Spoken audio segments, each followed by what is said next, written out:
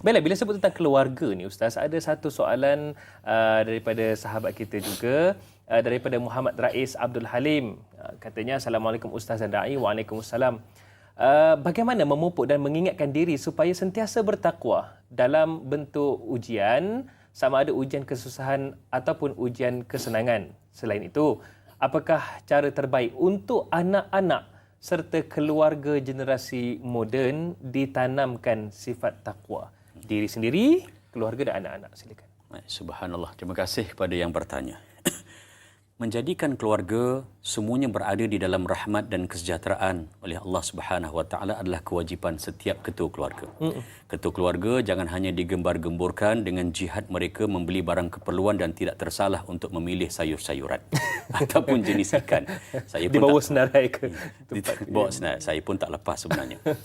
Tetapi perlu dilihat daripada sudut kebersamaan untuk mengingati Allah Subhanahu Wa Taala. Soalan yang cantik saya jawab dengan satu potong hadis sahih yang juga cukup cantik mengungkapkan di antara hubung kait ibu dan ayah dengan anak-anak.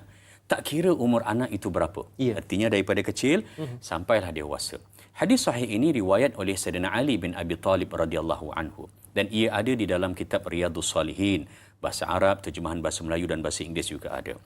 Iaitu kata Ali bin Abi Talib, "Taraqani Rasulullah sallallahu alaihi wasallam lailatan." Pada suatu malam, Nabi Muhammad sallallahu alaihi wasallam datang ke rumah Sayyidina Ali dan isterinya Fatimah Az-Zahra. Siapa Fatimah? Putri. Betul. Anak kepada baginda Rasulullah sallallahu alaihi wasallam. Artinya mereka dah berkahwin, duduk di rumah. Nabi selaku ayah dan selaku bapa mertuaku datang untuk ke rumah Sayyidina Ali. Ketuk pintu, bagi salam. Apa pertanyaan pertama ayah mertua ni? Setakat mana walaupun dia bukan lagi ayah direct dengan anaknya, artinya anaknya itu dah dijaga oleh suaminya, menantunya, tapi Nabi kata dalam hadis ini, "Ala tusalliyani?" Kamu berdua dah solat malam ke belum? Kamu berdua dah qiyamul lail ataupun belum? Subhanallah, ini ditanya kepada menantunya dan juga kepada anak perempuannya. Ada ke bapa mertua dan mak mertua sekarang buat begitu? Kalau begitu, jawapan daripada Ali radhiyallahu anhu, Sayyidina Ali bin Abi Talib, dia kata apa? Dia menyatakan bahawa kulluna biyadillah. Kita semua ini berada di tangan Allah. Ataupun dalam riwayat lain, anfusuna biyadillah. Jiwa kami, diri kita ni, nyawa kita ni di tangan Allah. Jika sekiranya Allah nak, ya ba'athuna. Kalau Allah nak, Allah boleh kejutkan kami, Allah boleh bangkitkan kami. Maksudnya tak payahlah sampai susah-susah nak datang bagi tahu dekat menantu dengan anak untuk bagi tahu buat qiyamul lail. Kenapa qiyamul lail? Qiyamul lail dalam Ramadan, luar Ramadan, dia adalah tiket untuk mendapat takwa Allah Subhanahu Wa Taala sebab dia jauh daripada sebarang bentuk penilaian mata kasar manusia. Bila berkata begitu, Nabi dah tak cakap apa. Nabi patah balik. Dalam keadaan Nabi patah balik itu, Sayyidina Ali bin Abi Talib lihat para sahabat Nabi, mereka ini sangat thabit dan sangat thiqah. Segala yang berlaku dalam hadis mereka catat dan mereka rekodkan.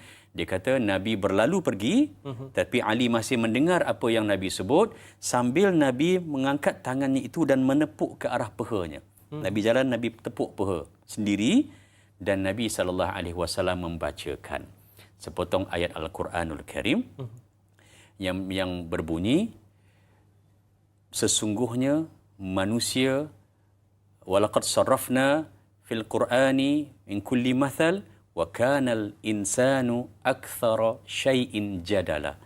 Kata Nabi, wa kana al-insan akthara syai'in jadala. Potongan daripada surah Al-Kahfi yang bermaksud sesungguhnya manusia ini memang banyak nak bertaki. Memang banyak nak mengulas.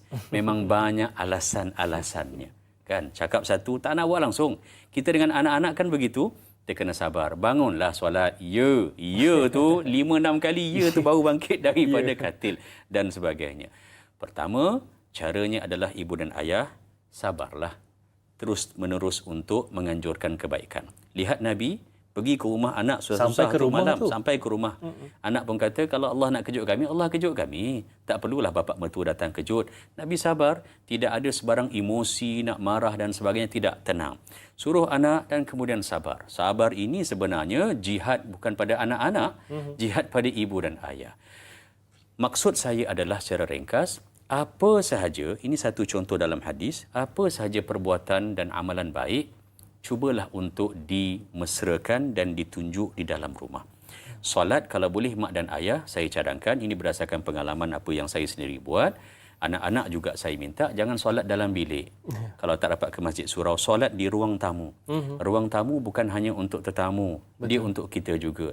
Bila solat di luar, maka mak dan ayah dapat tengok laju sangat ke Fatihahnya, baca ke tidak kunutnya, betul dan salah rukuk sujud dan sebagainya. Dia pun dapat belajar daripada apa yang kita buat. Kita pun saling membertulkan antara satu sama lain.